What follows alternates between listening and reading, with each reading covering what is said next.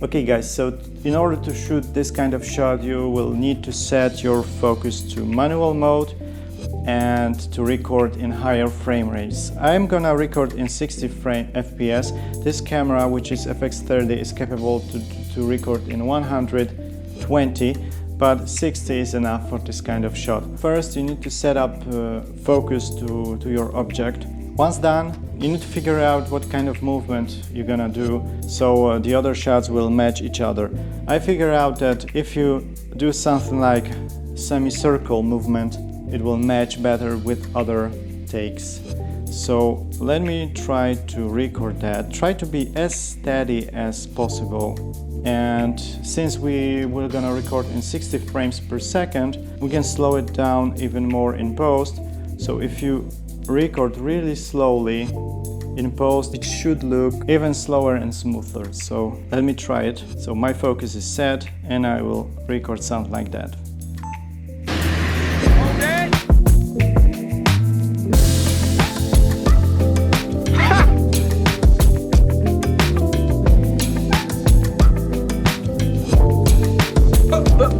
Here I come. Oh, here I come.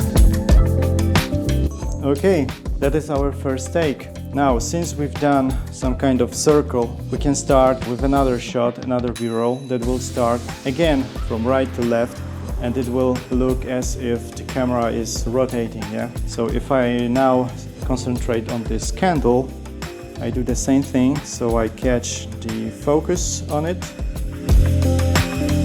Yeah, it's better to be closer. If you have your hands closer to your body, the shot will be more steady. And again, I will shoot from this side, passing by my object and going to this side. So let me try that. Again, focus is very important.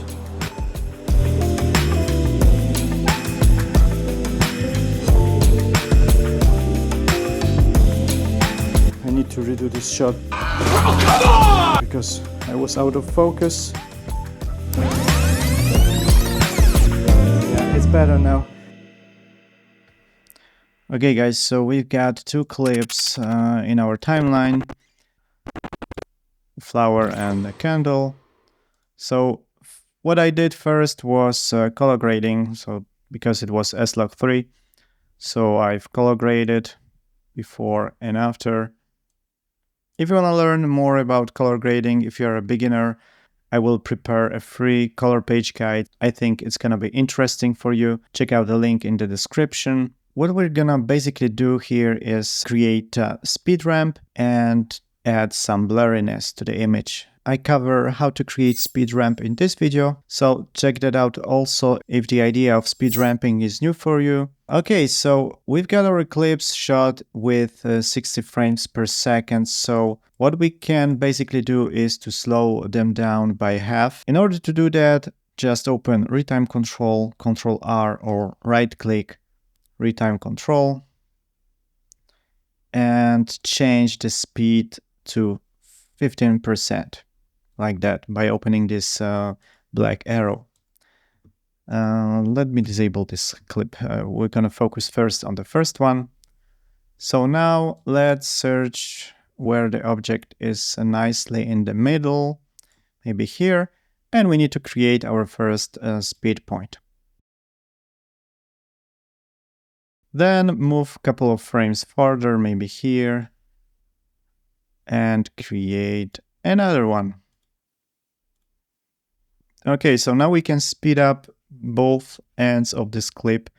So to speed up this part, all you need to do is to catch the ending of the clip and drag it to the left. I will speed it up about 10 times, so 1000%. Yeah, something like that. And to speed up this part, we need to drag this speed point.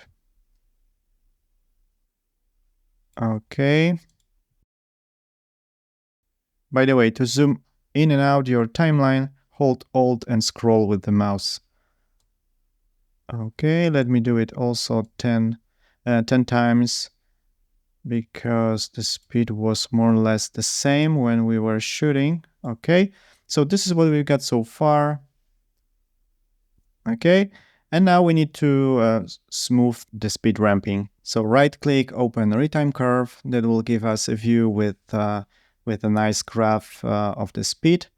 And we've got this white points that represents our speed points. So if I click it, I can switch from linear to smooth like that. And I can even further customize the ramp. And the same with the second one, switch to smooth, adjust it to your liking. So this is how it looks right now. Much better. Okay, so I think the speed ramp is fine. What we need to do now is to repeat these steps for the second clip. Let me fast forward that for you. Okay, so we got two speed ramps like that. Place them side by side, so we got something like this. That looks already quite nice, but we need to add one more thing, which is, let me close retime curve to have more room to work with. Yeah, like that. We need to add a transition between, so it's smoother. And to do that, you need to trim both clips so the transition is possible to apply.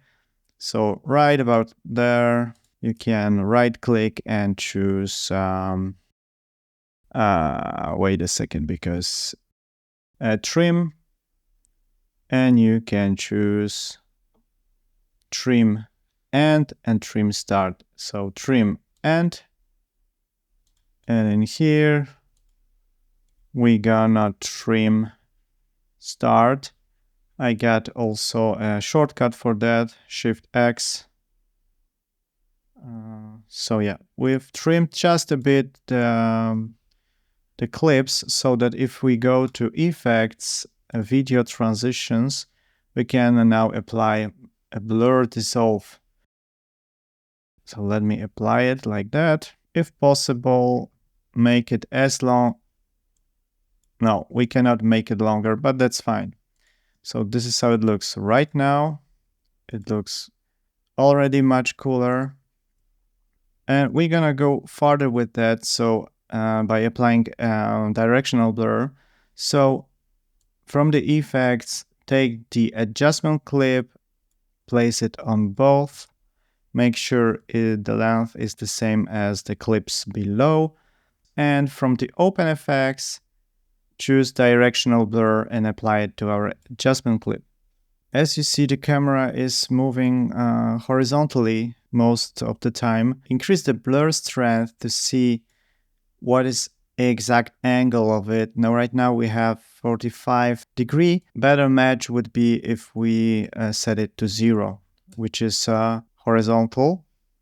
Okay, so it looks, but we don't need this blur all the time. Definitely we won't need it when the object is moving, or the camera movement is slow, yeah? So you need to cut off the adjustment clip where it's not needed. So in here and in here. So this is how it looks right now. Of course, it's too intense, it's too strong, so yeah, you need to back it up, maybe to its default value, or maybe 0.5. Make this change on each adjustment clip like that. And what we're gonna do is fade out and fade in this effect so it looks more natural and it's more correlated with the camera movement. So this is what we get so far.